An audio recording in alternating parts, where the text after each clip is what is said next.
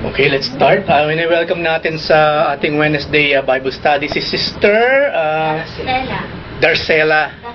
Dacela, no? Dacela. Yun ang talagang pangalan mo, no? Hindi yung nickname. Dacela. Okay.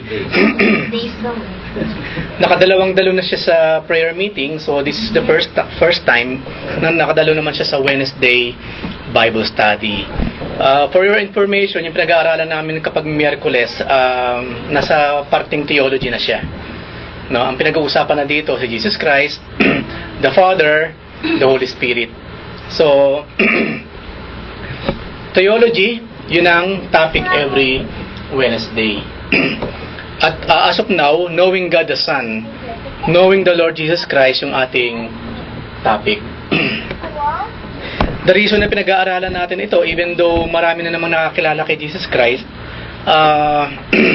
we're just making sure na ano man yung pagkakakilala natin, pagkakakilala ng tao kay Jesus Christ, talagang purely biblical. Meron kasi tayong kasabihan na sola scriptura or Bible alone. Wala tayong ibang ginagamit na libro, kundi Bible lang. Kung ano man yung makikita natin sa slides, yan ay hinango rin naman sa Biblia. At ginawan lamang natin ng outline. Patungkol po kay Jesus Christ, narito tayo sa last part.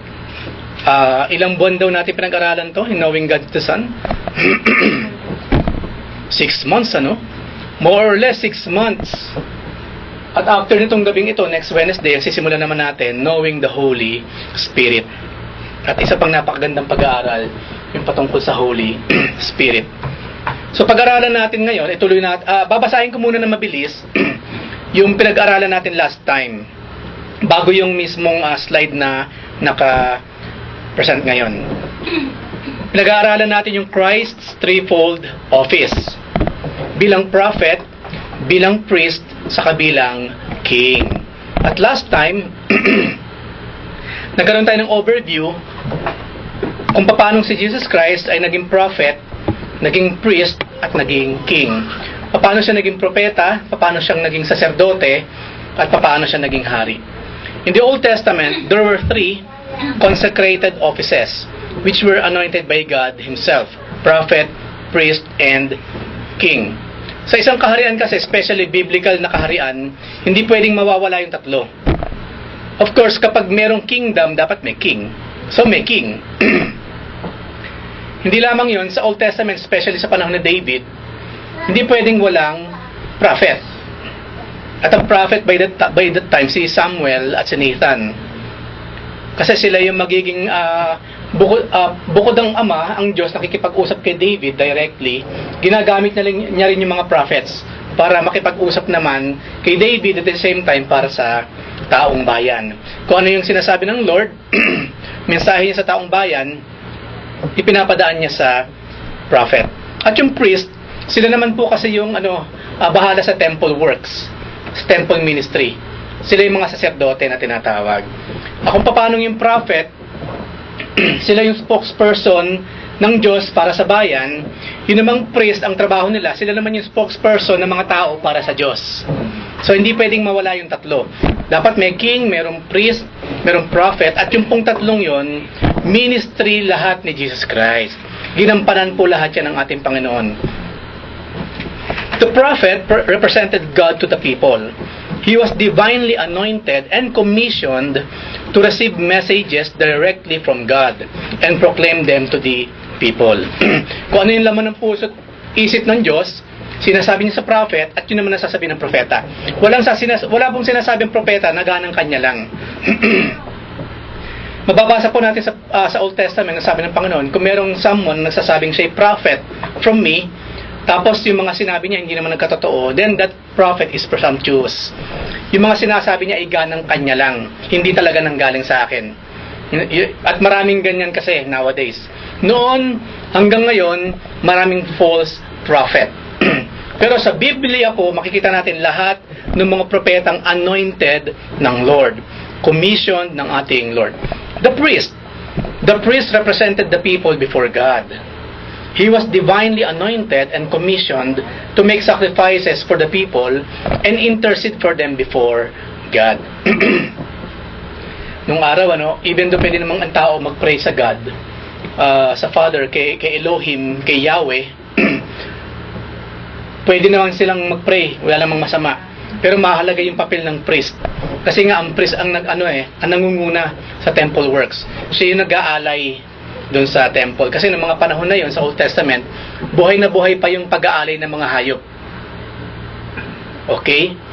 At of course, yung king was God's representative to rule over the people for God. Yung ruling naman, through the king, pinapakita ng Panginoon yung paghahari niya through the king.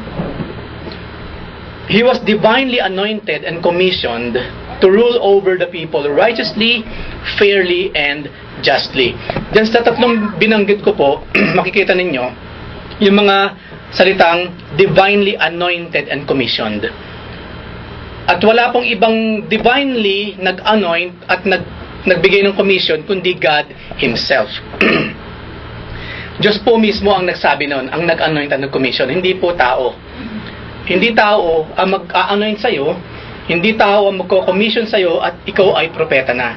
Mga kapatid, i-welcome po natin si Kuya Chris. Ina-anoint natin siya, itinatalaga natin siya bilang propeta ng ating simbahan. Diyos po ang nag-anoint. Diyos ang nagtatalaga, hindi tao. Hindi rin naman pwedeng si Kuya Chris biglang tatayo isang araw sabihin niya, I am the prophet of God. Aba, kailangan, una, hindi lalabas sa pamantayan ng Biblia. Hindi lamang yon. Ako, naniniwala ako kung talagang ika ni Kuya Chris, kinausap siya ng Panginoon, hindi lang siya. Kasi sinong witness?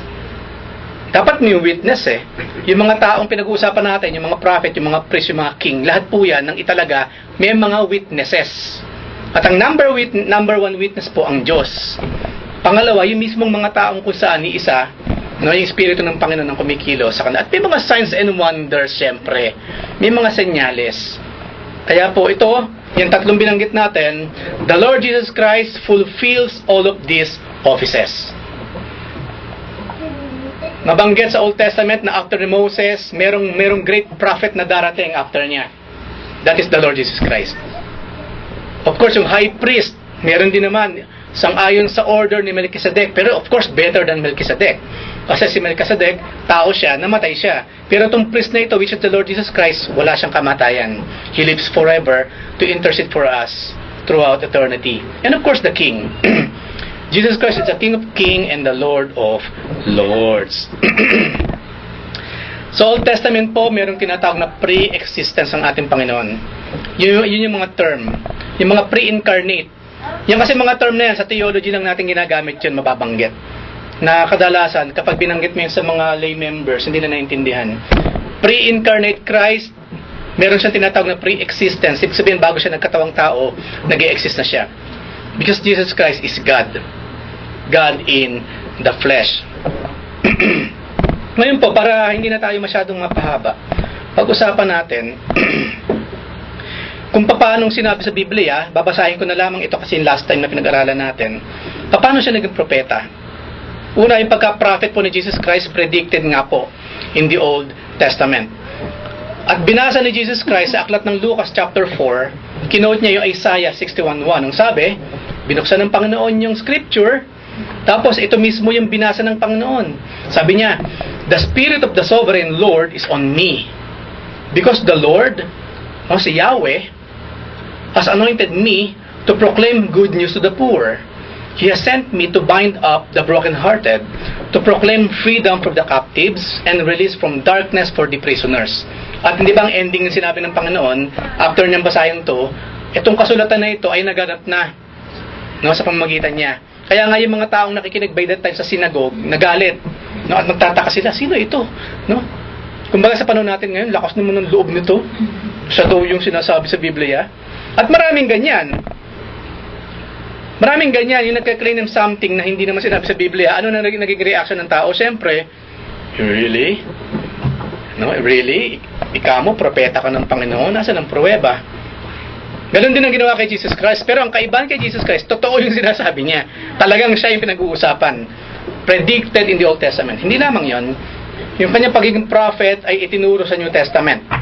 Because Jesus Christ Himself was conscious of His prophetic calling. Siya mismo alam niya yung prophetic calling niya. Luke 13:33, sabi ng Lord, kasi pinipigilan siya ng mga tao, maraming pasubali sa mga ginagawa ng Lord. Ang sagot ng Lord, "Nevertheless, I must journey on today, and tomorrow, and the next day." Walang humpay, kailangan kong mag-journey, kailangan kong humayo sa ministry. "For it cannot be that a prophet would perish outside of Jerusalem." At ang pinatutungkulan niyang prophet, siya siyempre, wala nang ibang pinag-uusapan. Hindi lamang yon, bilang propeta ang tagapagsalita ng ating Panginoon, Jesus Christ stated that His teachings came from God. John 14:24, "Anyone who does not love me will not obey my teaching. These words you hear are not my own. They belong to the Father who sent me." Dapat, yung example, ito kasi mga examples to follow ni Jesus Christ eh. Look at the Lord Jesus Christ. Jesus Christ na ito ha, the second person of the Holy Trinity, God in the flesh. Yung mga sinasabi niya, lagi niyang ibinabalik sa Ama. Ay, ako po'y pinadala ng Ama. Lahat po ng sinasabi ko nanggaling lamang sa ating Ama. Dapat manahin natin yun, mga kapatid. Na kung meron nun tayong sinasabi ngayon, in front of the brethren, ay, ito po kasi sinasabi ng Panginoon sa Biblia. Hindi pwede, ay, ito kasi sinabi ni Pastor Eulogio. Ito po kasi narinig ko eh. Narinig ko po ito kay Evangelist Mega Pastor Islao. Di ba ngayon ganyan ang tao eh. Magaling lang mag-quote sa ibang pastor. Magaling lamang mag-quote sa ibang evangelist. Pero ang tanong, ikaw mismo, saan mo makikita sa Biblia? Can you really tell me now? Kahit tamaan kayo ng kidlat or what, na yung sinasabi mo nanggaling sa Biblia? Yung sinasabi niya, biblical? Maraming yun, hindi. Quote lang ng quote, pero they themselves hindi na nakita mismo. Ang Lord, lahat ng sinasabi niya, ito kasi ang sinabi sa akin ng Ama. Dapat sa atin ganun din. Ay, opo, kapatid. Kasi nakita ko mismo, nabasa ko siya. Sinabi ng Panginoon itong sinasabi ko sa inyo ngayon. Dapat ganun din po tayo. Kaya nga po, basa ng Biblia. Kaya minsan ako, pag medyo napansin kong walang ginawa, kundi mag-quote sa kung kani-kanino, ay, medyo mag-iingat ako sa pakikinig sa sinasabi niya. Kasi pamumulot po ang tawag doon. Pamumulot na lang. Kung mamumulot ka rin lang, mamulot ka na sa source mismo. And that is the Lord Jesus Christ. Sa Biblia, ayan na ang Biblia. No? Andyan na lahat ng kinakailangan nating malaman. Hindi lamang yon. Bakit tayo naniniwala si Jesus Christ ay propeta? Ang sabi niya sa John 1:18, "No one has ever seen God. The only God who is at the Father's side, He has made Him known." Letter D, Jesus made many predictive prophecies. Matthew 26:34, "Truly I tell you," Jesus answered, "this very night, before the rooster crows, you will disown me 3 times." Ito yung mga senyales na ang isang tao nagkiklaim na siya'y propeta, totoong propeta. Una, sinabi ng Panginoon, kailan mangyayari? Ngayong gabi, sabi ng Panginoon. May sinabing, basta mangyayari siya, hintayin mo. Diba? Sinabi niya, this night. Hindi lamang yun. Before the rooster crows, bago tumilaok ang manok. Merong malinaw na senyales. Merong manok na titilaok. Hindi lamang basta merong manok na titilaok. Sinabi niya mismo, bilang tunay na propeta, 3 beses. 3 beses. At lahat ng sinabi ng Panginoon, nagkatotoo lahat. Sa isang prophecy, kasi mangyayari pa lang eh. Sa isang prophecy, 3 kaagad yung saktong nangyari. Unlike nga po sa mga nagsasabing propeta ngayon, hit and miss. Kung hindi man hit and miss, walang ibibigay na date. Maganda kayo. Sinabi sa akin ng Panginoon, magkakaroon ng malaking sakuna sa Pilipinas, marami mamamatay. Tapos lumipas ang 20 taon, lumipas ang 25 years, biglang isang araw nga lumindol. Ikaw ngayon, matanda ka na, ito yung mismong sinabi ni Pastor, tunay nga na siya'y propeta. No, pinraphesy na ito ni Pastor 20 years ago, nangyari na nga. What's that? What's that? Kalokohang malaki. Kaya nga agad sinabi sa Deuteronomy, kapag merong nagsasabing siya'y propeta, at yung sinabi niya, yung pinraphesy niya kuno, hindi nagkatotoo, yung taong yun, ganang sarili lang niya, yung mga sinasabi niya, beware. Beware. At ang dami nagkalat ngayong ganyang self-proclaimed prophets, ang daming hindi nangyayari sa mga pinaprophesy nila. Ang dami pa ring tagasunod. At hindi lamang yon. Kahit na-realize ng mga tagasunod na hindi nagkatotoo, wala lang. Fanatics eh. No? Kasi di ba, pag fan ka ng isang tao, kahit mali na yung buhay, sinusunod nila. Halimbawa, yung mga may ina-idolize pa hanggang ngayon. May mga artista pang ina-idolize hanggang ngayon. Kahit napakasama ng buhay, no, ina-idolize. Hindi nakikita yung palsong ugali, hindi nakikita yung palsong character, nakailang palit na ng asawa. You know, hindi napapansin lahat yun kasi ina-idolize eh. Yun ang problema. Sa mga Kristiyano, wala na po tayong ina-idolize, mga kapatid. Naririnig ko pa kasi siya eh. Uy, idol! Si Paul ba ina-idolize na si Peter? Si Peter ba ina-idolize na si Paul? Tell me.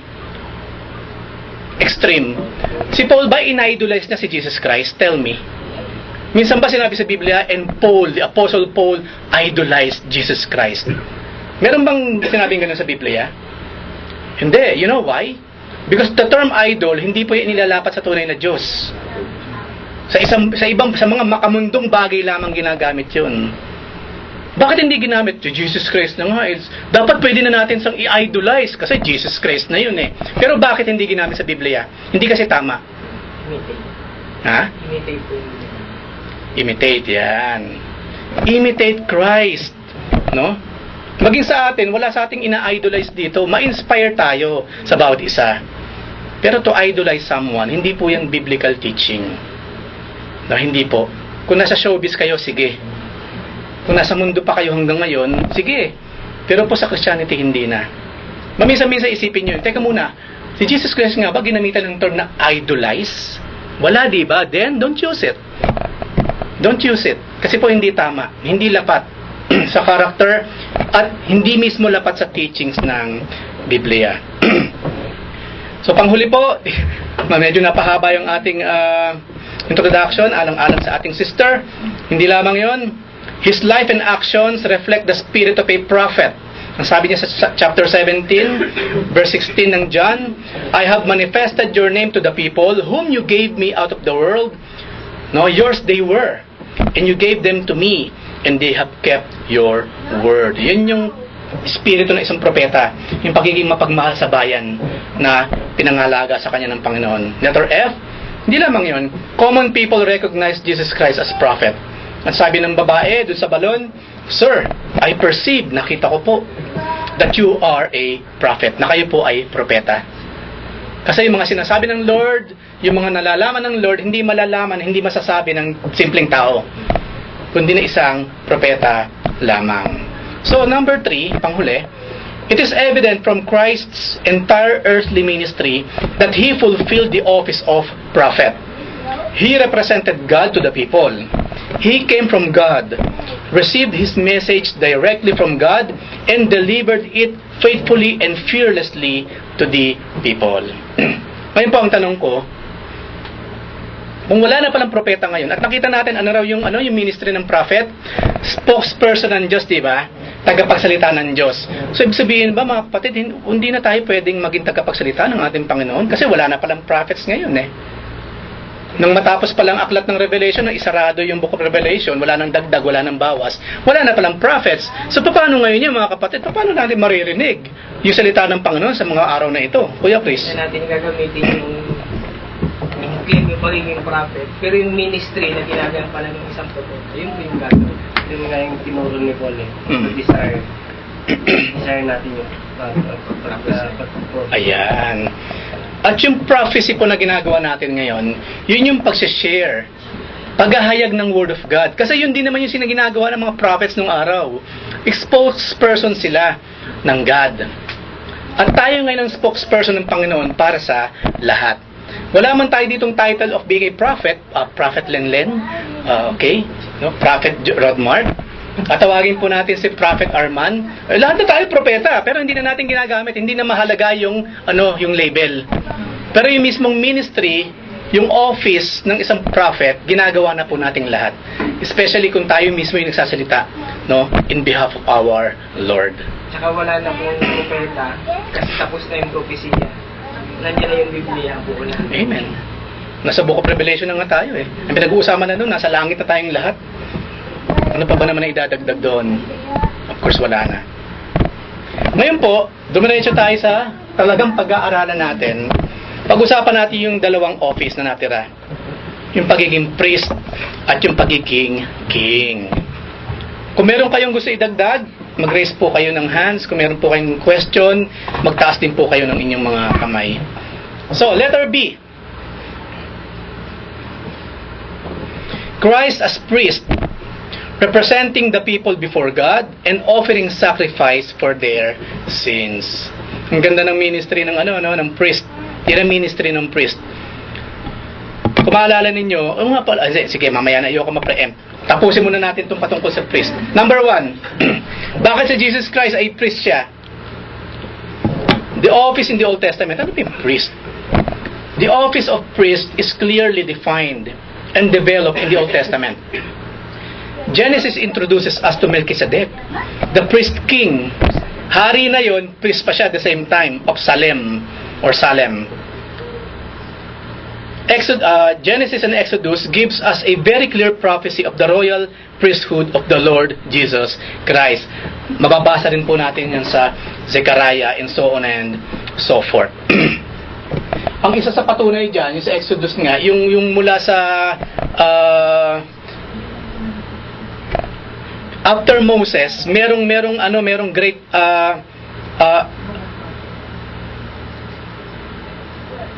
hindi yung kay Moses pala yung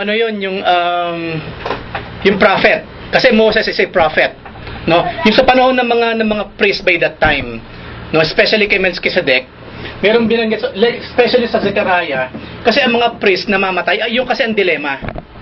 Katulad ng mga prophets, yung mga priests themselves, they die. Pero ang pangako sa Zechariah sa Old Testament, there will be someone who will never die. At mababasa rin natin sa aklat ng Hebrews, of course. Nandun yung detail niyan sa Book of Hebrews sa New Testament na tinatawag. They die, hindi lamang yon, nako-corrupt. Kasi tao nako-corrupt. Nagfa-frail, nangihina ang katawan, ultimately, they die. So yung office po ng pagiging priest, hindi mo forever pwedeng italaga sa tao because ang tao isang araw mamamatay. They will expire. Pero yung pinangakong darating na priest, he will live forever. At number 2, the priesthood of Christ in the New Testament. The priesthood of the Lord Jesus is clearly developed in the New Testament, especially in the book of Hebrews, where he is designated priest.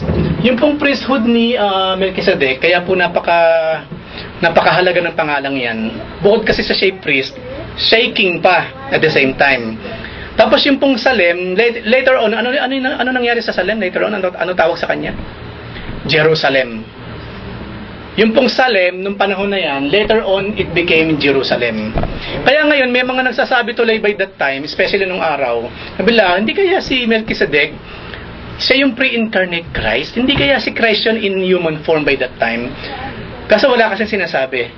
Tapos sinabi rin sa Old Testament, sa Biblia itself, si Melchizedek daw, medyo mystical yung kanyang kalagayan. Kasi walang nakakaalam, walang history kasing nasulat, paano siya nagsimula, at kung paano siyang natapos. Kaya meron tuloy nag-iisip, baka si Melchizedek pre-incarnate Christ. Pero wala kasing sinabing ganun sa Biblia. So it cannot be. Si Jesus Christ bilang priest, sang-ayon siya sa order, sa mataas na order ng priesthood ni Melchizedek. Pero walang sinabing as in, si Melchizedek, Christ in the flesh ng Old Testament. Wala kasing sinabi. Yung nga lang ang naging doon. So hindi siya pwedeng mangyari. Meron kayong gustong idagdag muna? Or question?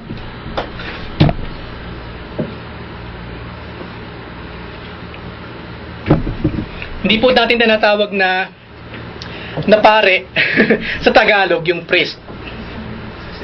Sacerdote po ang tamang term, sacerdote. Kasi yung kasing term na pare nanggaling sa father, sa padre. Yung sinabi ng Panginoon, wala akong ibang magiging ama, wala kang ibang tatawaging ama, kundi yung amang nasa langit. Spiritual father ang pinag-uusapan dapat isa lang, and that is God the Father.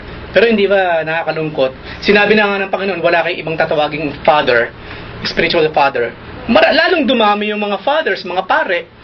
Kaya yun ang naging Tagalog nila sa priest. Pero hindi, saserdote. Ang tamang Tagalog ng priest sa English, mula sa English ay saserdote. Kung wala, paano tinulfill ng Panginoon yung kanyang office bilang isang priest? Ano raw ba yung simpleng task or ministry ng isang priest? Ano uli yun? Ha? Sacrifice for your sins. Okay, siya nag-offer ng sacrifice. So, representative ng tao sa ating Lord. Kasi hindi ba aware tayo dun sa tinatawag na Holy of Holies? Di ba merong tabernacle na tinatawag? Sa aklat ng Hebrews, mababasa niyo yan on your own, basahin ninyo. Yung tabernacle, ewan ko lang itong kwartong ito, kung perfect square siya, kapag hinati sa gitna. Let's say itong kwartong ito, kapag hinati mo sa gitna, square. Ganun yung Holy of Holies. Yung tabernacle po, mahaba siya like this. Like this. Ngayon, yung tabernacle, let's say this is a tabernacle, meron yung makapal na tela sa gitna. Yung unang kalahati, doon kumikilos yung priest, yun yung hinahanda, inaayos lahat, hinahanda lahat. Pero yung susunod na kalahati, yun yung tinatawag na Holy of Holies. Andun na yung presence ng ating Lord. At priest lang ang pwedeng pumasok sa tabernacle. Anyone na, ay naku, tumalsik doon yung Jolene or what, kinuha mo sa loob, you will die. Especially pumasok ka sa Holy of Holies, you will die. Kasi merong mga taong tinalaga ng Panginoon lamang na sila lang ang pwedeng pumasok, magsilbi sa tabernacle. Kaya kung tutusin yung the cube na yan sa Kaaba, gaya-gaya lang naman yan eh. Sa tabernacle ng mga Hudyo ng araw, ng Israel. No? Yung Holy of Holies, perfect cube yun. Yung susunod na kalahati, perfect cube. Pag pinagsasama yun, nagiging rectangle. Priest lang po ang pwede pumasok doon. At according sa mga theologians, yung nga raw po mga priest, merong tali sa paa. Tapos may mga kalembang. Yan. Kasi alam mong buhay yung priest sa loob. No? Kasi kung may kasalanan yung priest, tapos pumasok siya doon, he will die. Paano mo malalaman? Ano ba naman to, 20 years na, hindi pa lumalabas to. Ilang pag-aalay nang lumagpas. Diba? Meron ngayong tali yun. Bukod sa meron siyang tunog, pag kumikilos pa kasi tumutunog siya. Pag tumigil sa pagtunog, ba, ibang usapan na sa'yo. Sobra na to, kung natutulog yan. 1 month, sobra naman. Hinihila na nila palabas. Hindi madali ang trabaho, ministry ng priest ng mga panahon na yon. No, hindi po. Yung nangyari kay mismo si Karaya po na. Sige, ano nangyari doon? Kasi parang siya nag-doubt siya na kasi matanda na si Elizabeth. Di ba yung siya yung napipi? Zechariah ng New Testament. Siya rin po ba yung anak? Yung sa Zechariah ng Hindi na. Ito, Old Testament Zechariah to. Iba pa yung Zechariah sa New Testament na... Siya rin yung priest doon na nag-offer. Kay Jesus Christ. Sa templo. Sa templo. Siya rin Hindi yun. siya maniwala na mabubuntis si Elizabeth. Kaya napipi siya. Yung asawa ni Elizabeth yata sinasabi mo. Iba pa yun nasa templo. Iba pa pala yun. Okay. So, anything else? Okay. So, ano man yung mga ministry, yung mga dapat i-fulfill ng isang priest, no? Ginawa mismo na ipakita, na i-deliver ng ating Panginoon. Christ fulfills the office of priest by, una, pero mas matindi ang ginawa ng Lord. Wala makakapantay siyempre. Letter A, offering sacrifice for sin. The sacrifice He offered was that of Himself. Siguro later on pag-aralan natin hiwalay yung Book of Hebrews. Maganda yung Book of Hebrews. Sa Old Testament, kapag nag-alay ang priest para sa kasalanan ng bayan, hayop ang ino-offer, di ba?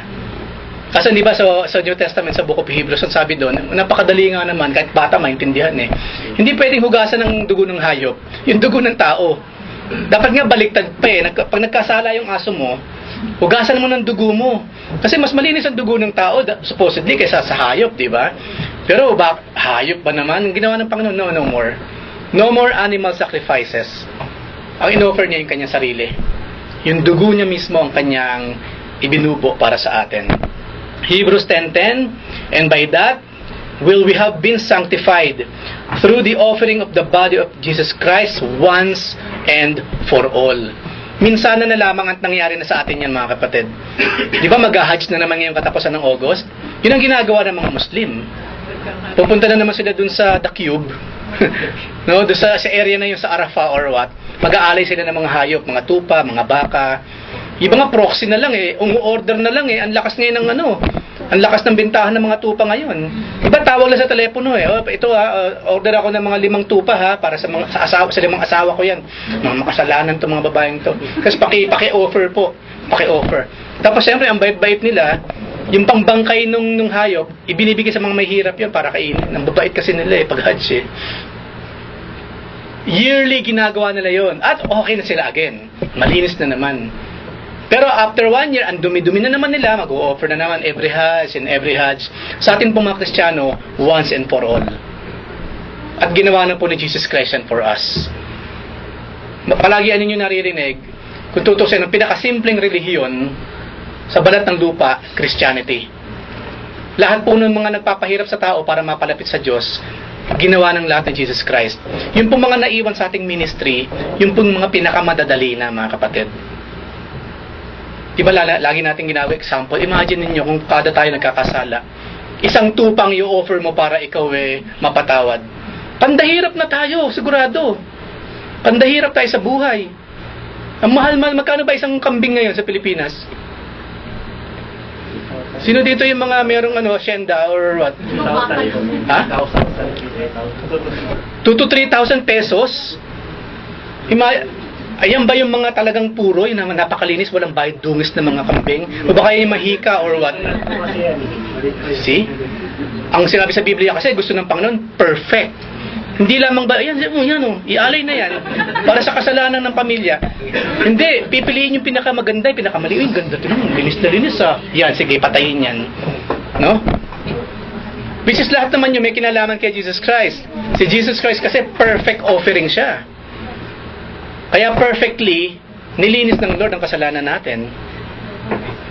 See, look at that. Yun na lang sa offering na pinag-usapan natin ngayon.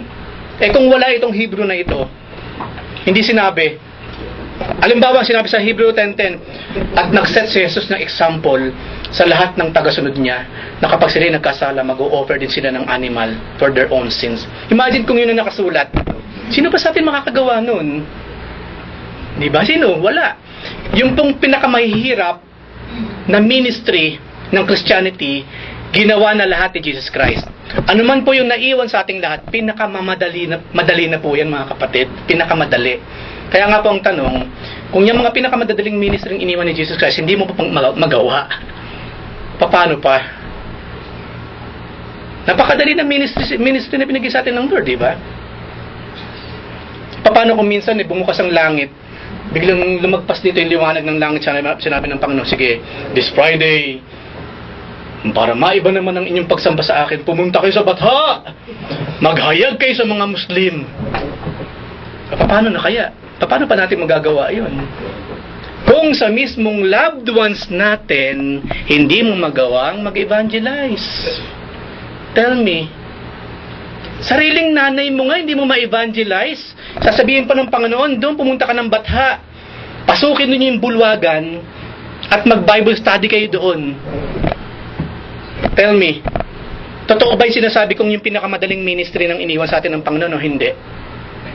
Nanay mo na pinag-usapan natin, tatay mo. Wag na yung mga tao sa labas, wag na yung kapitbahay, mga kapatid. Wag na yung boss mo sa opisina. Nanay mo na nagmamahal sa'yo at tatay mo na nagmamahal sa'yo at mga kapatid mong nagmamahal sa'yo. Doon tayo magsimula. Nagagawa ba natin yun, mga kapatid? Tell me. O sige, mas lumapit pa tayo. Asawa mo. Asawa mo, kapatid. Na-evangelize mo na ba? Lumapit pa tayo. Mga anak mo. Na-evangelize mo ba? Kapatid, ulitin ko po. Yung pinakamadadaling ministry ng iniwan sa atin ng Lord. Hindi niya sinabing pumunta ka kay King Salman, i-evangelize mo siya. Simulan natin sa pinakamadali. Nanay, tatay, sarili mong pamilya, mga taong nagmamahal sa'yo. Diyan ka magsimula. Let's see if you can do it. Tell me, am I right or am I wrong? Tell me. Yun po yung ginawa ni Jesus Christ. Finulfill niya yung bagay na hindi natin kayang kailanman i-fulfill. Pero yung mga bagay na so easy for us to fulfill, kung hindi pa natin na-fulfill, ano pa ba naman ang ministry pwedeng ibigay sa atin ng Lord? Ano pa? Alam niyo ba, hindi nakakapagtaka kung bakit sinabi ni Paul, ang kaharian ng Diyos is not about eating and drinking. Maraming salamat sa mga naghahanda ng pagkain. Maraming salamat sa nakakagawa ka ng ibang mga gawain sa simbahan. Maraming salamat. Pero remember, hindi yan yung creme de la creme ng talagang gustong ipagawasay ng Diyos. Ang talagang gustong ipagawasay ng Panginoon, evangelize. Because the kingdom of God is not food and drinks. Maraming salamat sa food and drinks. Pero kung yan lang ang ministry mo, ano yan? Evangelism po ang talagang ministry ng isang Kristiyano, first and foremost. Support na lang yan. At maraming salamat sa mga supports. Transport, maraming salamat. Pero hindi po yan ang creme de la creme ng ministry binigay sa atin ng Panginoon. Evangelism. Evangelism po. Kaya nga sabi ng Panginoon, humayo kayo, di ba, yung Great Commission, at ipagluto ninyo lahat. Ihatid sundo ninyong lahat. Yun ba yung sinabi ng Panginoon? Even though okay lang, wala namang masama doon. Pero ano sinabi niya? Evangelize. Gusto ko ilagay niyo sa pusit isip niyo yung aking sinabi kanina. Nanay mo na nagmamahal sa'yo, tatay mong nagmamahal sa'yo, asawa mong nagmamahal sa'yo, mga anak mong nagmamahal sa'yo, nai-evangelize mo ba? Remember the first Jerusalem first, right? Humayo kayo sa Jerusalem, sa Judea, after Judea, sa Samaria, after Samaria, the rest of the earth. Ang problema, nasa rest of the earth ka na, yung sarili mong Jerusalem, wala pa. Unahin, kasi mayroong programa ang Panginoon eh.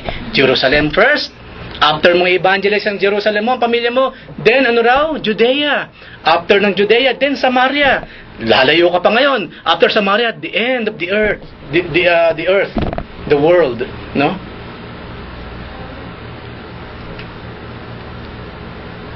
Wala na pong mahirap na ministry ngayon, mga kapatid. Wala. Meron ba kayo naisip na ministry napakahirap talagang gawin? Tell me. Meron ba talaga? Wala, di ba? Wala. See? Pag hindi mo kayang tumayo dito, mahirap ba kasing tumayo or nahihiya ka lang? Natatakot ka lang naman eh. Pero hindi mahirap yon, takot ka lang kasi. Hindi mahirap yon, nahihiya ka lang kasi. Pero hindi mahirap. Hindi mahirap yon. Kanina hindi ko nakita kung may nagmusuan na naman sa pananalangin sa pagkain eh. Kasi diyan ko nakikita, ang dami nagmumusuan eh. Siguro ganito gawin natin. Kapag sinabing siya mag-pray, hindi nag-pray, wag kumain. Ayaw mo rin lang ipag-pray ang pagkain, wag kang kumain. Kami na lang. No? Kasi minsan doon pa lang nagmumusuan na eh. Kung hindi man, pagtapos na mag-pray, saka nagdadatingan doon. Kasi tapos na mag-pray. Hindi naman makakalusot yung mga ganyan modus operandi eh. Mula noong unang panahon hanggang ngayon, yan naman ang MO ng mga Kristiyano. Is there anything na gusto nyong idagdag? Hindi lamang yon, Christ fulfills the office of priest by, letter B, by representing His own before God and pleading their cause. Romans 8:34, who is to condemn? Christ Jesus is the one who died. More than that, who was raised, who is at the right hand of God. Ano naman ginagawa ng Lord sa right hand of God?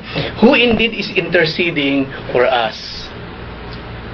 Even yung salitang day and night po, hindi enough para masabi nating sobrang sipag ng Panginoon sa pag-intercede sa atin. Kasi sa langit, meron bang day and night?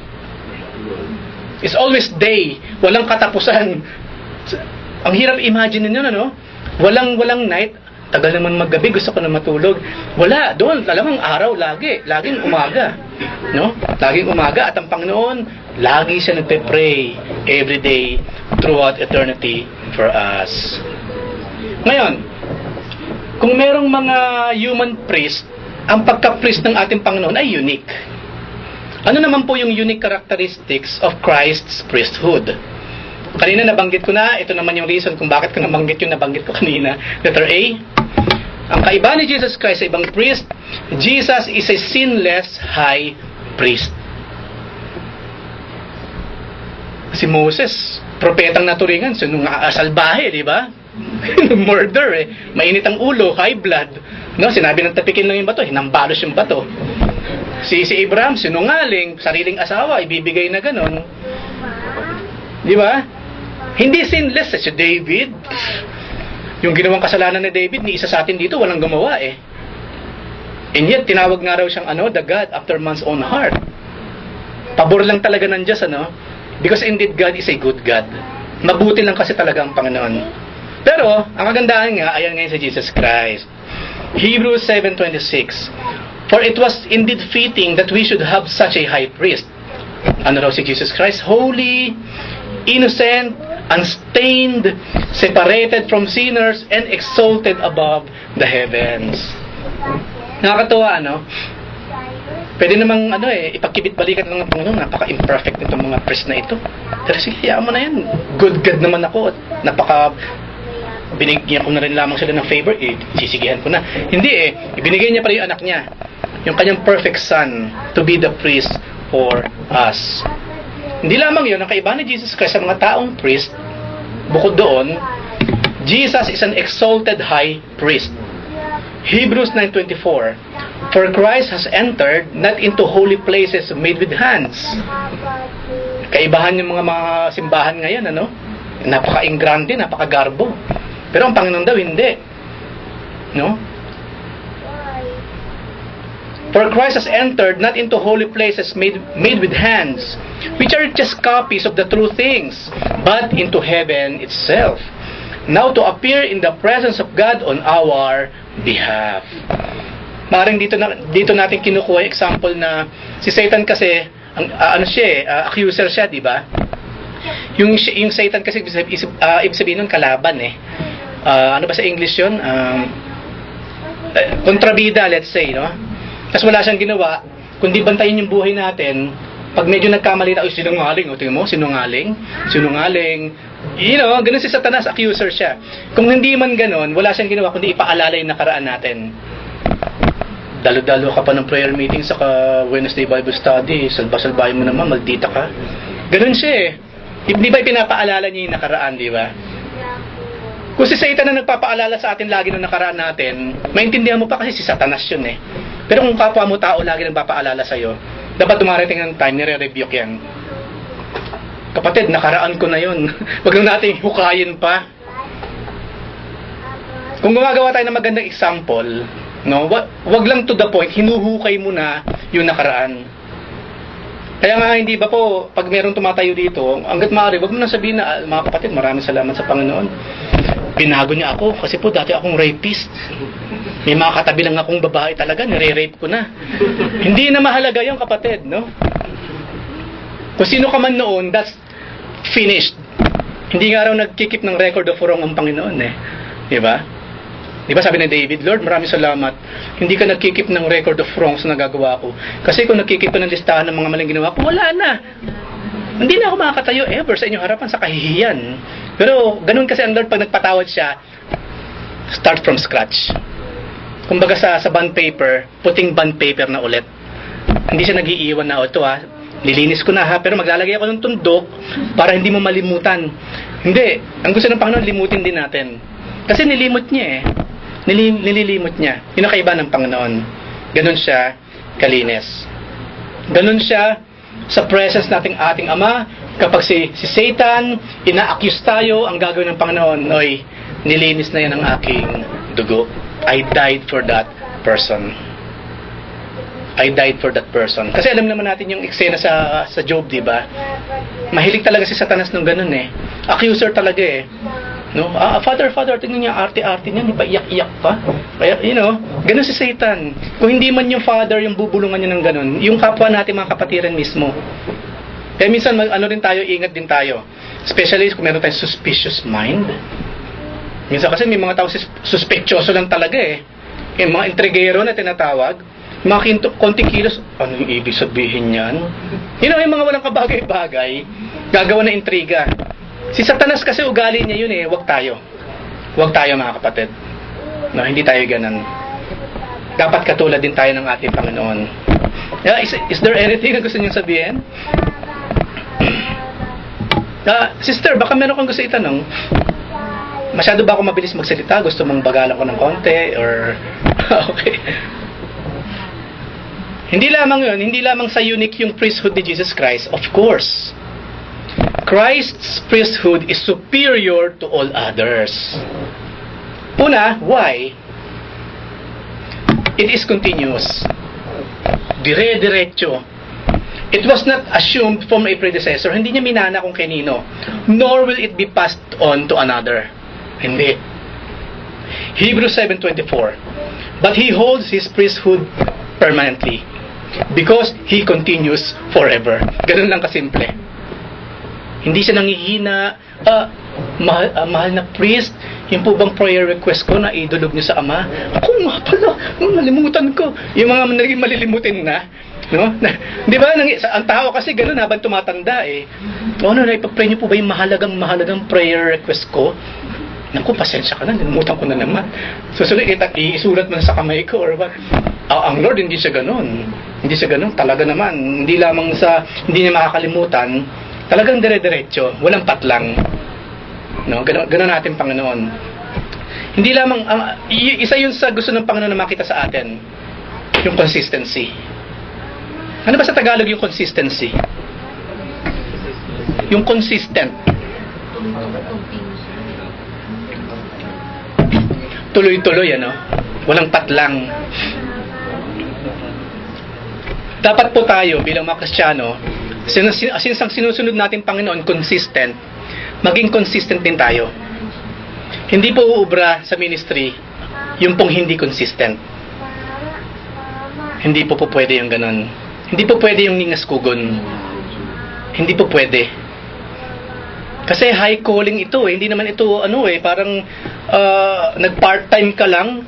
Kasi anytime na gusto mong mag-resign, magre-resign ka. Anytime na gusto ko muna magpahinga, sir. Pwede.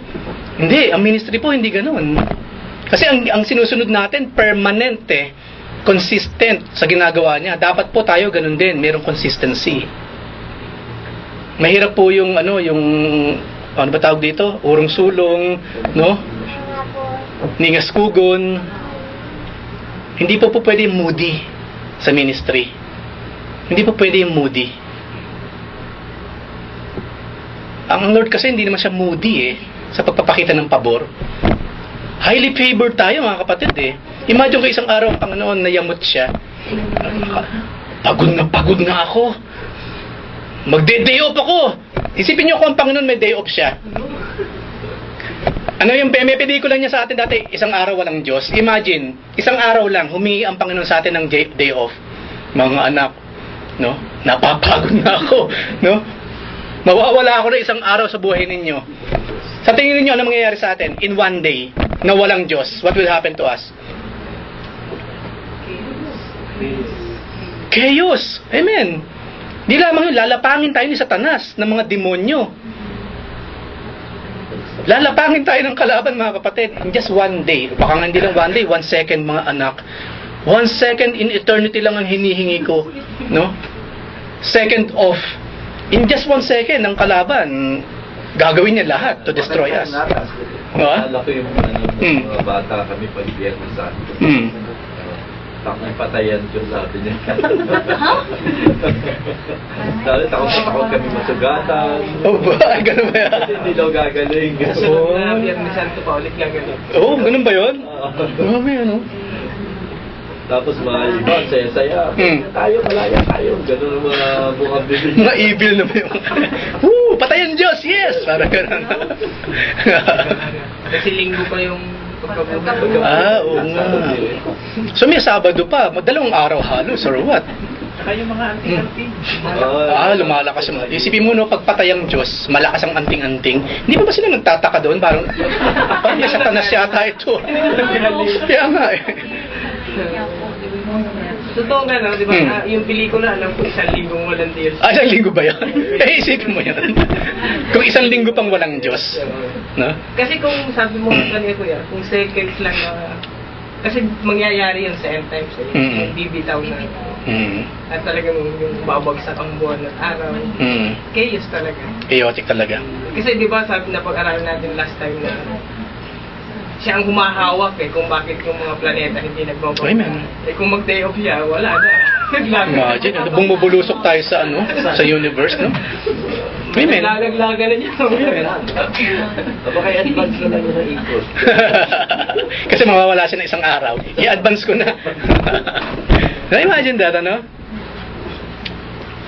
So, hindi lamang yon, ang kaibahan pa, yung pagiging superior ng priesthood ng Lord, it is fully efficacious. Yung epekto niya talagang todo-todo. It provides complete salvation. Permanent salvation, hindi temporary. Hebrews 7:25. Consequently, He is able to save to the uttermost those who draw near to God through Him, since He always lives to make intercession for them. Well, yun na naman ang tanong, di ba? How can you say na mawawala ang kaligtasan mo kung merong Jesus Christ na nag-i-intercede for you? Sinabi niya to the uttermost Ibig sabihin, nang iligtas ka niya, ligtas ka na. Hindi temporarily, kundi permanently.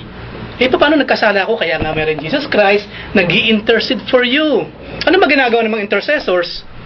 Ama, paluin nyo na yan, Ama. Sipain nyo na yung palabas ng langit, Ama. Yung bang ginagawa ng mga ni Jesus Christ sa pag-i-intercede sa Father? Ano sinasabi niya? Amen. Ama, namatay po ako para sa Kanya. Kaya ang mga araw, pag tinignan tayo, yung dugo ng Kanyang anak ang nakikita. Kaya pag sinabi mong na magkasala ka, na walang kasalanan mo, ang hina naman ni Jesus, hindi enough ang intercession ni Jesus. Hindi enough yung dugo niya. Hindi enough ang cross. Hindi yun ang eksaktong sinasabi ng mga losing salvationists, pero yun ang epekto ng sinasabi nila.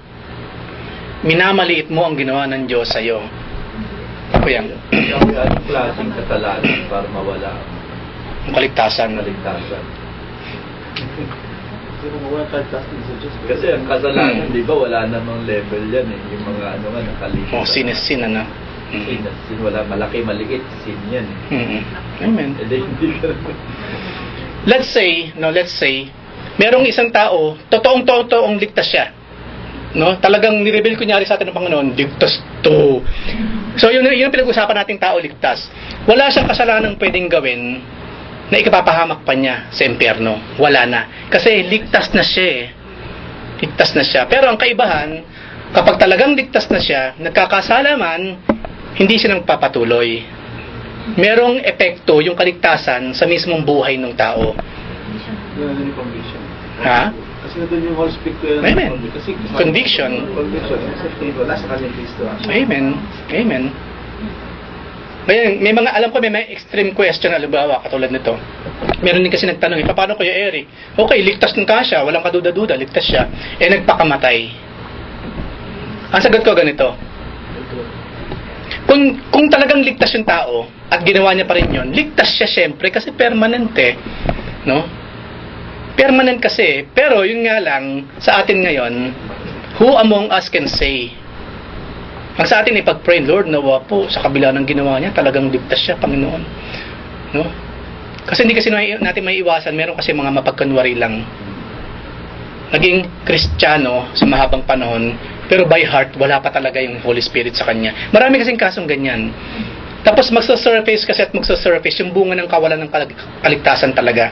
At isa doon yung pagpapatiwakal. Kasi sa Biblia po, sino mga nagpakamatay? Si Judas, si Saul.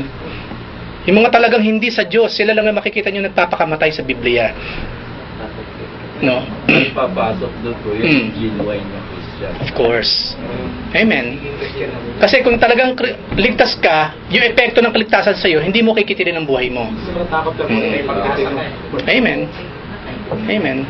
Pero yun nga, ang example na lang natin kanina, kunyari bumukas ang langit at sinabi, pinoclaim, ligtas ang taong to, walang kaduda-duda. Tapos nagpakamatay, ligtas yun.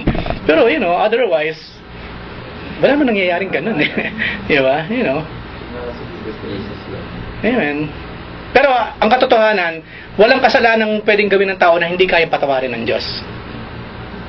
Even the ultimate sin na magagawa niya, kung talagang hihingi siya ng tawad sa Panginoon, patatawarin siya ng Panginoon. Okay? So, fully efficacious. Hindi lamang yon, kung bakit superior yung priesthood ng Panginoon, it is eternal. or never-ending. Hebrews 7:3, He is without father or mother or genealogy, having neither beginning of days nor end of life, but resembling the Son of God, He continues a priest forever. Pinaglalaro ng mga Muslim yan eh. Dalawang tao lang daw dalawang lalaki lang daw ang walang nanay at walang tatay na nabuhay sa mundo. Si Adan saka si Jesus Christ. Nung minsan kasing naimbitahan ako dun sa bulwagan, yan yung mga nila eh.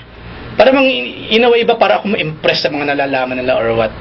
No, hindi pa siguro alam ng iba yan, Naimbitahan ako dun sa bulwagan sa Batha nung araw. Sa ibang araw ko lang ikukwento ulit. Pero it was quite an experience for me. No? Very, very good experience for me. Okay, so diretso po natin. Wala po ba kayong tanong doon sa priesthood ng Panginoon? Meron po ba ditong hindi sumasang-ayon na ang Panginoon ay high priest ng bawat isa? Of course, we believe kasi nasa Biblia siya. Panghuli po, letter C, Christ as King. Para po next week, simulan na po natin yung knowing God the Holy Spirit. Paano namin pagiging King ng ating Lord?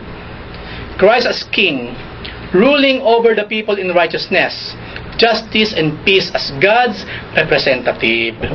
So pag-usapan muna natin ang Old Testament. A messianic king to sit upon David's throne was promised throughout the Old Testament. Imagine, hindi kasi kinikilala ng langit, ng heaven, na si Saul tunay na hari. Kasi tao lang na nagluklok sa kanya eh.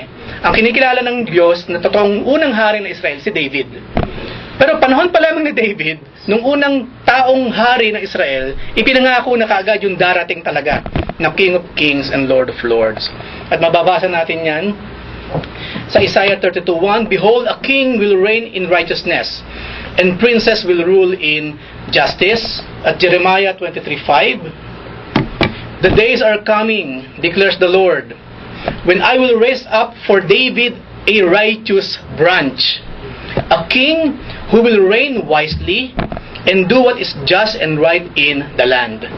Ngayon, hindi na tayo magkakamali na baka naman si Solomon yan. Of course not. Alam naman natin klase ng naging buhay ni Solomon, di ba? Righteous kasi. Kaya, amen. Ayan.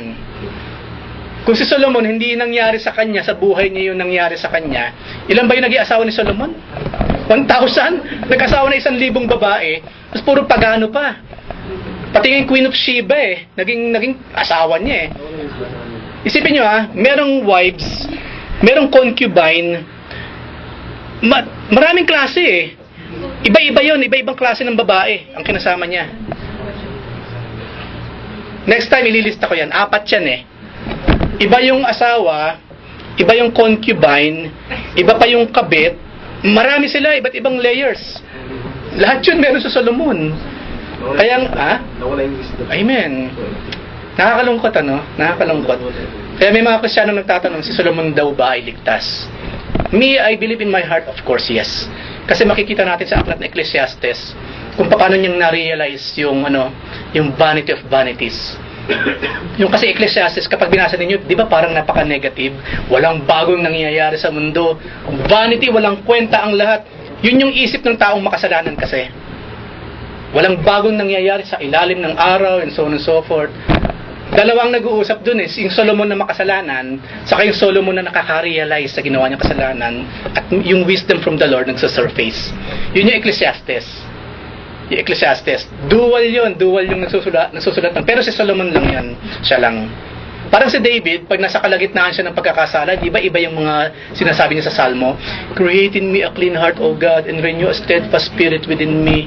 Cast me not away from your presence, O Lord. May mga time naman na talaga namang napaka-bold niya, di ba? Napaka-faithful. Maaring tayo ganun din, di ba? Halimbawa sa prayer natin, di naglulunoy tayo sa kasalanan. Ibang laman ng prayer natin, right? Iba eh. Kung isusulat mo yun, para kang si Solomon. Pag sinulat mo yun, para ka rin si David. No? Inilalahad mo yung nararamdam ng puso mo. Dapat ganun tayo. Kung nagkakasala, yun ang maging laman ng bibig natin kapag tayo nakikipag-usap sa Panginoon. Huwag na natin i-candy coat. Sinasabi ka agad natin, Lord, I'm a sinner. No? Patawarin mo ako, Panginoon. Katulad ni David, katulad ni Solomon. Okay? So, si Jesus Christ po ang binabanggit dyan. Yung king, hindi lamang yan. Sa Daniel 7:13 to 14, I kept looking in the night visions, and behold, with the clouds of heaven, one, like a son of man, was coming. And he came up to the Ancient of Days. Isa yan sa tawag sa Diyos Ancient of Days. And was presented before him. 14, nakikita ni Daniel sa vision, yung God the Father sa God the Son. And to him was given dominion, glory, and a kingdom, that all the peoples, nations, and men of every language might serve him. His dominion is an everlasting dominion which will not pass away, and his kingdom is one which will not be destroyed. Malinaw na malinaw kung sino yung pinag-uusapan, di ba? Si Jesus Christ. Kasi after, yung kasi kaharian David, I think sa panahon ni Solomon, nahati ng Israel Northern saka Southern Kingdom, di ba? Israel saka Judah. Mula noon, nagkagulo-gulo na sila. Na-destroy. Nasaan ngayon ang Kingdom of Israel? Wala, di ba? So we know what kind of kingdom, kung sino yung king na pinag-usapan. That is the Lord Jesus Christ, at yung kingdom niya, yung church. Yung church, which is parte po tayo ng kingdom ng ating Panginoon. Micah 5:2, But you, O Bethlehem Ephratah, who are too little to be among the clans of Judah, from you shall come forth for me one who is to be ruler in Israel, whose coming forth is from old, from Ancient of Days. At alam natin kung sino yung pinanganak, di ba? Binabanggit dyan, si Jesus Christ, the Ancient of Days. Ang ganda ng mga terminology nila, no? Zechariah 9:9, Rejoice greatly, daughter Zion. Shout, daughter Jerusalem. See, your king comes to you, righteous and victorious, lowly, and riding on a donkey, on a colt, the foal of a donkey. Imagine, alam niya ng mga Pharisee, alam ng mga Sadducee, alam ng mga scribes, alam ni Herod, alam ng mga Hudyo ng panahon ni Jesus Christ. Pero nang gawin ni Jesus Christ, hindi nila nakita. Kasi nang magkaroon ng triumphal entry ang Panginoon sa Jerusalem, yun mismo yung eksena Yung hari ng Jerusalem, nakasakay sa donkey, yun mismo yung ginawa ng Lord. Hindi nila nakita. No? Nakakalungkot, ano? Kaya ang Lord, nag-whip siya Oh, Jerusalem, Jerusalem, how I long to gather you. But you will not see me again, Jerusalem, until you say, Baruch haba Bashem Adonai. Blessed is he who comes in the name of the Lord. At mangyayari po yan, sinabi na sa aklat ng Zechariah, sila na tumusok sa kamay, sa kapaan ng Panginoon sa tagiliran, pag nakita na yung mga sugat na yun, they will believe. Kaya nga po sa second coming ng Panginoon sa kanyang glorified body, minarapat niyang yung mga butas, yung mga sugat, hindi niya yung peklat, pwede namang sabi, peklat, away! Pwede namang maging flawless ang Panginoon, di ba? Makapangyarihan siya Pero minarapat ng Panginoon, no.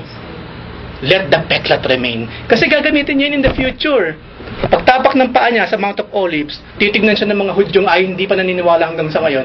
At makikita yung butas sa kamay, sa tagiliran at sa paa. Masasabi nila, yung palang Jesus na yun, na kinatay natin sa krus, siya nga pala ang Messiah. Then yung love story of Jerusalem, of the Jew, of Israel and God will continue. Yung balik tambalan na tinatawag po, mangyayari rin niya sa huling panahon. Di ba yan ang gusto ng mga artista? Balik tambalang Vilma saka Bobot Mortis. You know? At ikakasal na po yun. Ha? Ikakasal na. Of course. Forever. Ayan, may forever talaga. May forever. Yan. Ang ganda ng kwento ng Biblia kung susubaybayan ninyo. Napakaganda ng kwento niya. So, sa Old Testament po, maraming beses sinabi na si Jesus Christ ang King na darating. What about in the New Testament? The angel Gabriel announced that Jesus would sit upon David's throne. Luke 1, sabi dyan, He will be great and will be called the Son of the Most High, and the Lord God will give him the throne of his father David, and he will reign over the house of Jacob forever, and his kingdom will have no end. Isipin mo yung anak mo, no? Una, buntis ka, may dumalaw sa yung anghel, tapos yung anghel, yun ang mga sinabi patungkol sa dinadala mo sa yung sinapupunan, so yun hindi matutuwa. Right? Mixed emotion si Mary by that time Kasi hindi ba, bilang tao, natatakot siya, nabunto, birhen ako eh. Tapos, may fiancé na nga ako, ikakasal na nga kami after few months. Tapos, buntis ako. Paano ipapaliwanag to? Sino matinong lalaki ang maniniwala? Di ba? Kung tayo na sa kalagay ni Mary, paano ipapaliwanag kay Joseph? Meron kayang, ikaw, Kuya Chris, meron ba enough explanation, kunyari? Yung girlfriend mo, ikakasal kayo, biglang isang araw sinabi sa'yo, alam mo, Chris, buntis ako. Pero huwag kang magalit, ha? This is from the Holy Spirit.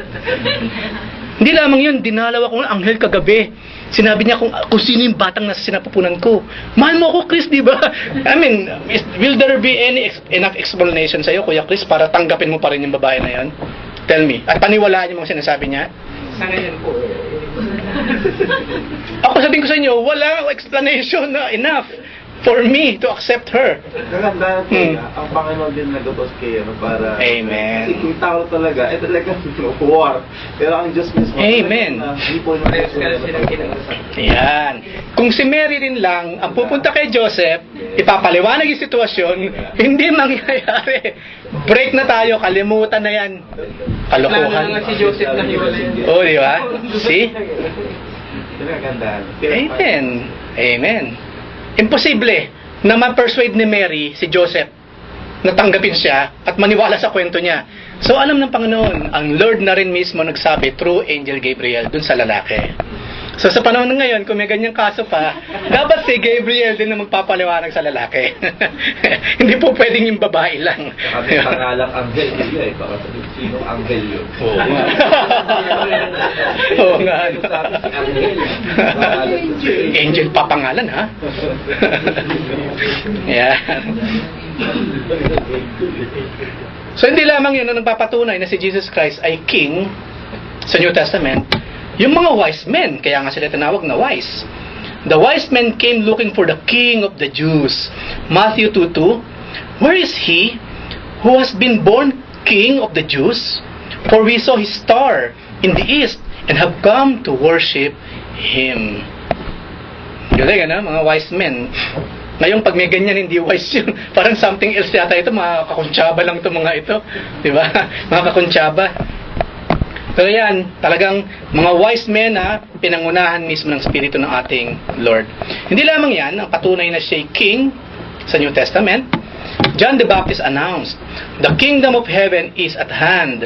Repent, for the kingdom of heaven is at hand. Kasi hindi ba inihahanda ni John the Baptist yung dadaanan ng Panginoon, yung King of Kings sa Lord of Lords? At yun yung kanyang sinasabi by that time. Letter D, enough na ba yung merong mga tao mismo na nagpapatunay na si Jesus Christ ay King? Siyempre kailangan siya mismo. Jesus declared himself a king. Matthew 25:34. Then the king will say to those on his right, come, you are blessed by my Father, take your inheritance, the kingdom prepared for you since the creation of the world. Idinadaan niya sa tila ba parable, pero yun naman mismo ang mangyayari sa huling panahon. Di ba nabasa natin? Sa panahon ng rapture, siya mismo yung magwe-welcome sa atin according sa Book of Revelation. Di ba? I am the Alpha, I am the Omega. No, the beginning and the end.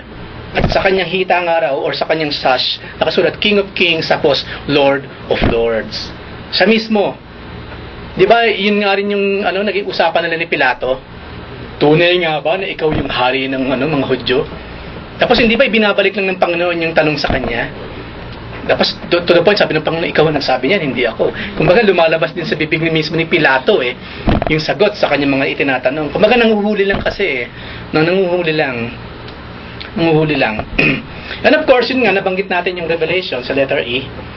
The book of Revelation declares Christ to be a king. Revelation 5:5. Then one of the elders said to me, do not weep. Kasi hindi ba wala makapagbukas ng scroll? Walang wordy.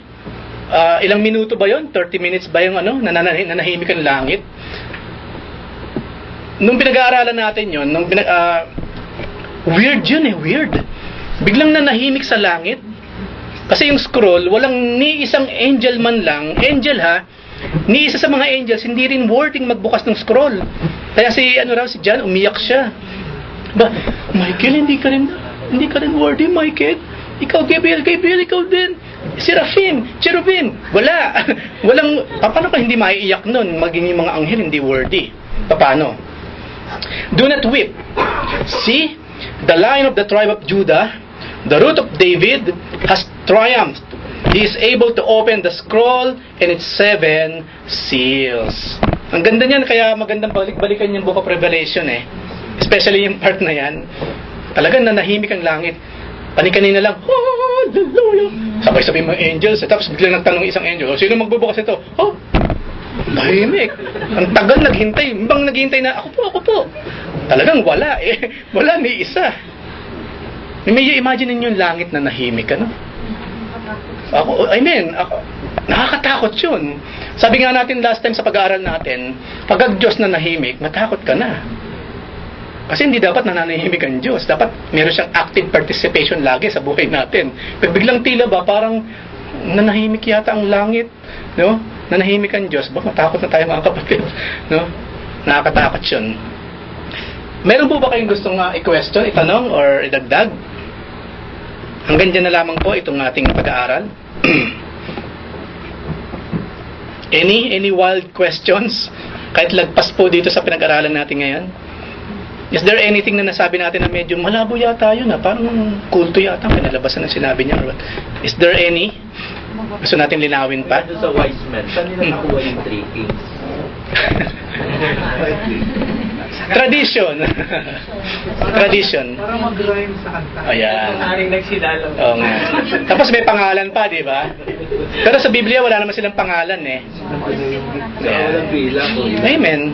Sa Biblia, walang pangalan, walang bilang. Ang sinabi lang, wise men from the east. Wise men from the east. Bumasi kasi sila tatlo yung gift. Yan, kasi tatlo yung gift. Ano ba yung diamond, pearl, saka chocolate? Ano eh? Ayun. Gold, myrrh, saka frankincense, di ba? Diaper.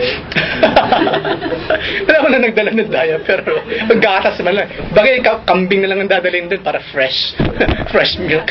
No, kaya, baka, di ba? Yun lang yun. Tradisyon. Catholic tradition. Kaya nga pag Christmas, kapag umawi tayo, wala yung kanta na yun, di ba? Hindi natin sinasama. Kaya may nagsida. Gano'n na lang. Umitad na lang yung mga yan. Wise. O nga, may wise men na lang, ano. Ayan. Anything else po? Gusto niyo idagdag? Kuya May Chris? tanong lang ako kuya kasi may narinig din ako sa preaching ng pastor ko sa dinagawa. Nabanggit niya kasi na kasi parang narinig ko sa pag-aaral natin yung 12 tribes of Israel, sila yung gagamitin natin para mag-evangelize. 144,000. Pero dun sa kasi nasa Matthew 13, Mark 13, na angel yung mag-evangelize dun sa 12 tribes. Sa Revelation kasi may papel din yung mga yung mismo mga angels. May mga angels na nagtatrumpet pa sumisigaw ng salvation sa sa alapaan. Lahat sila mayroong part. Sa huling panahon, angels, yung 144,000 mula sa 12 tribes, lahat sila mayroong papel. Yung two witnesses, lahat yun meron. At kung buhay pa tayo by that time, naiwan tayo ng rapture, edi kasama tayo doon. Ano yan, Jomar? Gusto yung ipahiwatig? Ano po? Kakay dyan, trio, mga wise men.